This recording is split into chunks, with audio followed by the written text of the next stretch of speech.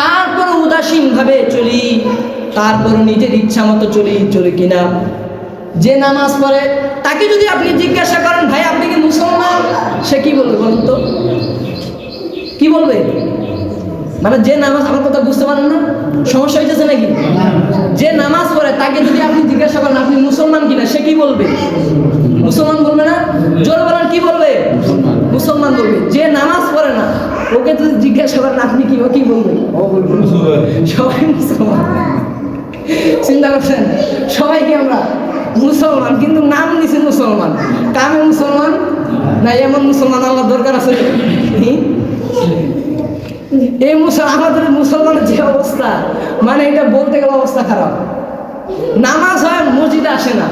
ও বললাম, একজনকে বললাম যে আজান নামাজ পড়তে যায়, ও বললো যে না যাবো না, এখন তো বয়স হোক, মানে কি হোক, বয়স হোক। আমার পরিচয়টা আমি মুসলমান।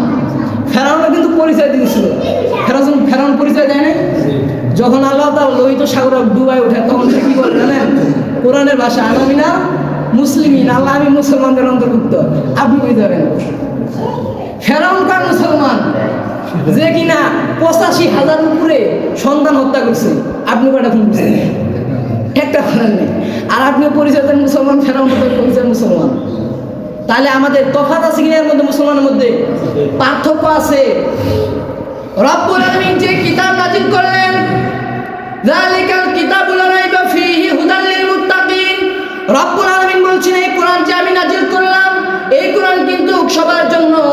কিন্তু এই কোরআনের কথাগুলো কি সবাই মানবে? সবাই মানবে না। হুদাল লিল মুত্তাকিন, মুত্তাকিদের জন্য। এখন আপনি নিজের বিবেককে প্রশ্ন করেন তো, মুত্তাকি কারা? যারা আল্লাহর বিধিবিধান মেনে চলে। মুত্তাকি হচ্ছে এক কথায় তারা যারা শিরক থেকে, এক নম্বর আল্লাহকে বিশ্বাস করে, এক নম্বর কি মুখস্থ করেন, এক নম্বর কি আল্লাহকে বিশ্বাস করে, দুই নম্বর শিরক থেকে দূরে থাকে। দুই নম্বর কি করে? শিরক থেকে দূরে থাকে। আমরা কি শিরকের সাথে জড়িত আছে নাকি? আবার কি আমরা অনেক সময় কিন্তু শিরক করে ফেলাই মাঝে মধ্যে, আছে কি না? যেমন এই একটা কাজ করলাম, আরেকজন আসে, মানে একটা বিপদে পড়ছে, আমি টাকা দরকার 1,000 টাকা, আরেকজন আসে দিল। এখন আমি বলতেছি ভাই তুই না থাকলে মরে যাইতাম। শিরক হলো কিনা? মানে যেটা আল্লাহ করতে পারে ওইটা যদি আরেকজন আপনি মনে করেন করতে পারে, তাহলে ওইটাই শিরক। শিরকটা বুঝছেন তো? মানে আল্লাহ যেটা করতে পারে ওইটা আরেকজন কেউ করতে পারতেছে, ওকে আপনি বলতেছেন যে ভাই ভালো হইল, এটা কি হবে? শিরক। এখন আমরা অনেকজন আছি সন্তান হয় না, মাজারে যায় সেজদা মানে, আছে না? না এরকম টাকায় আছে না? নাই আছে? এই এলাকায় নাই মনে হয়, আছে তো। মাজারে সেজদা করা যাবে নাকি? যাবে না। আমি একবার গেছিলাম ঢাকায়, ওইখানে গিয়ে একটা মাজারে গেছিলাম দেখার জন্য যে অবস্থা কি। ওইখানে দেখি তখন শেখ হাসিনা সাইডে দেখি বাপরে গাঞ্জার মেলা, সাইডে কি হইতেছে? গাঞ্জার মেলা। আর ওইখানে টাকা যে দিতেছে মাজার উপরে, বাবার কবরে দিচ্ছে টাকা ছিটায়। ওই বাবা কি খাবে নাকি? খাওয়ার শক্তি আছে?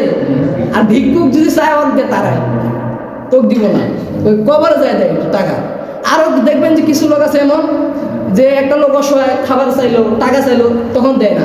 লোকটা যদি মরে যায় তখন যদি একটা সাইনবোর্ড দেওয়া হয়েছে কাফনের কাপড় কেনার জন্য টাকা দেন, তখন যে মানুষ দেয় টাকা। তখন কি টাকার দরকার আছে? মরে গেছে, খাওয়ার হবে, এরকম করা যাবে? শিরক থেকে এই জন্য দূরে থাকতে হবে। 3 নাম্বার হচ্ছে আল্লাহর বিধান মেনে চলতে হবে। আল্লাহর কি করতে হবে? বিধান মেনে চলতে হবে। আমার ভাইয়া, রব্বুল আলামিনের বিধান কি? বিধানটার নাম কি? কোরআন। কেউ যদি কোরআন বাদ দিয়ে অন্য কিছু, মানে অন্য কিছুতে বিশ্বাস করে, সে আর মুসলমান থাকতে পারে না। রব্বুল আলামিন এই কোরআনের মধ্যে বলছেন, আমার বিধান বাদ দিয়ে কেউ যদি অন্য কোনো বিধান, অন্য কোনো তন্ত্র মন্ত্র দিয়ে পৃথিবী পরিচালনা করে, দেশ পরিচালনা করে, রব্বুল আলামিন বলছেন ওমান লাম ইয়াহকুম বিমা আনজালাল্লাহু ফাউলাইকা হুমুল কাফিরুন। তারা কি? তারা কি? ফতোয়া আমি দিছি না আপনারা দিছেন? ফতোয়ার মানে আমি যে বললাম কথাটা কাফের, এটা আপনারা বললেন না আমি বললাম? আপনারা বললেন, আমার আগে কিন্তু আপনারাই বলছেন। বলছেন কি না? এই জন্য মানুষের আইন মানা যাবে?